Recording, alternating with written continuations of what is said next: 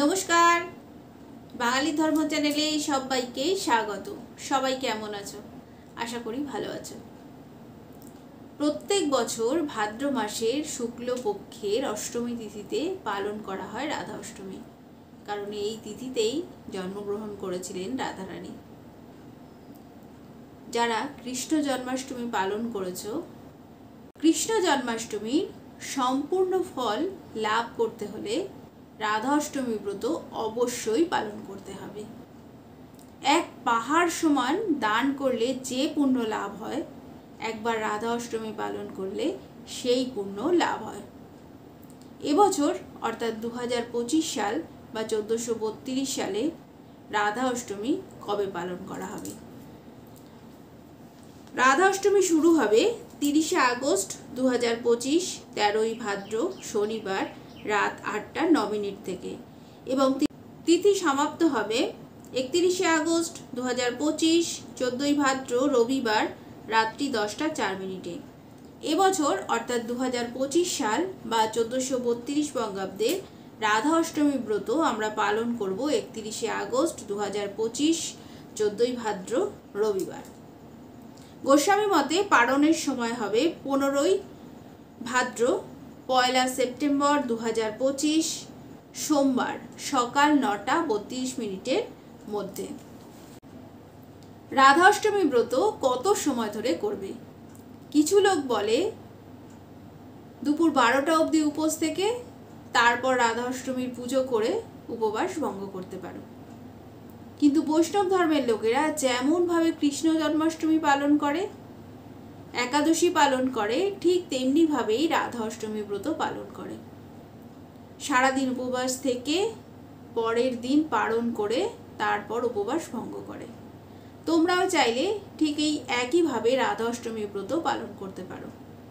দুপুর 12টার পর বাড়িতে যে রাধা কৃষ্ণের মূর্তি রয়েছে ওনাদের পঞ্চামৃত দিয়ে অভিষেক করিয়ে তারপর পুজো করবে, আর ব্রত পরের দিন পালন করে তারপর উপবাস ভঙ্গ করবে। রাধারানীকে কি কি ভোগ নিবেদন করবে? মাখন মিষ্টির ভোগ রাধারানীকে দেবে। এছাড়া তোমরা ভালো ভালো রান্না করে, ভালো ভালো তরকারি রান্না করে রাধারানীকে দিতে পারো। রাধারানী নিজেও কিন্তু রন্ধন কার্যে ভীষণ পটু ছিলেন। শাস্ত্রে বলা আছে রাধারানী যে রান্না একবার করতেন ভগবানের জন্য, দ্বিতীয়বার কিন্তু সেই রান্না আর কোনোদিন করতেন না। আমরা কি করি? যে বাড়িতে যদি কারো জন্মদিন থাকে তাহলে তার যা পছন্দ সেটাই আমরা তাকে রান্না করে দিই।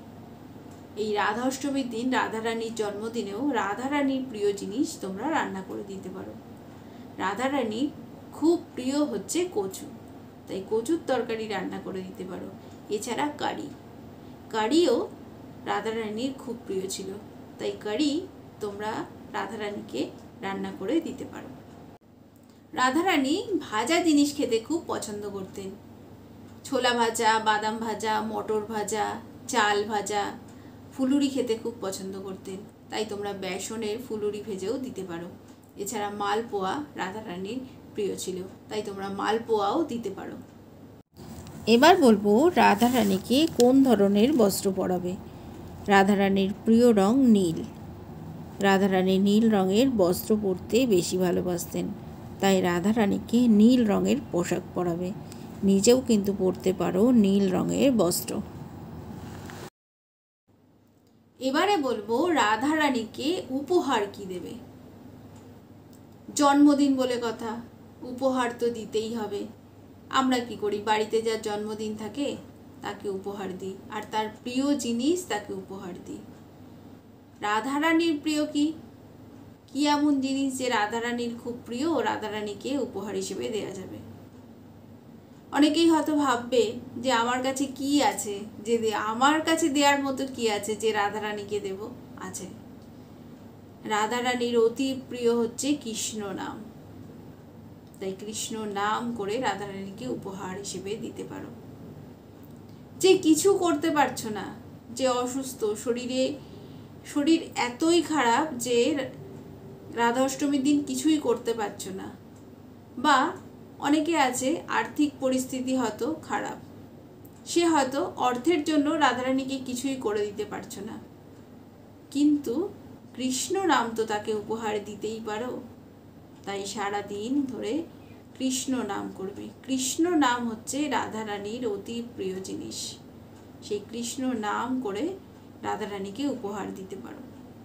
অনেকে আবার বলবে যে জন্মদিন তো রাধারানীর, তাহলে কৃষ্ণ নাম কেন? রাধে রাধে বলবো।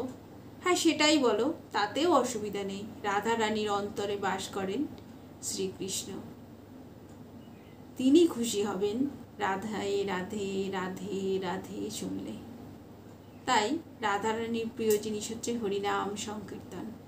হরিনাম সংকীর্তন করে রাধারানীর চরণে নিবেদন করো। এর থেকে বড় উপহার রাধারানীর আর কিছু নেই। এটাই সব থেকে বড় উপহার রাধারানীর জন্য। যে যেভাবে রাধারানীকে প্রসন্ন করতে চাও, রাধারানী তাতেই প্রসন্ন হবেন। কিন্তু রাধা অষ্টমী ব্রত অবশ্যই পালন করতে হবে। শাস্ত্র বলে এই রাধা অষ্টমী ব্রত পালন করলে অনেক অনেক একাদশীর ফল পাওয়া যায়। তাই রাধা অষ্টমী ব্রত অবশ্যই পালন করবে। এবছর রাধারানীর জন্মদিন খুব ধুমধাম করে পালন করবে। জয় শ্রী রাধে, জয় জয় রাধে। আজকের ভিডিও এখানেই শেষ করছি। আমার কথাগুলো যদি ভালো লাগে তাহলে আমার চ্যানেলটাকে সাবস্ক্রাইব করে নিও, একটা লাইক করে দিও। আর যারা আগে থেকে আমার চ্যানেলটিকে সাবস্ক্রাইব করেছো, আমার ভিডিও দেখছো, তাদেরকে জানাই আন্তরিক ধন্যবাদ। আর যদি কিছু জানার থাকে তাহলে কমেন্টে অবশ্যই জানিও। জয় শ্রীকৃষ্ণ, রাধে রাধে।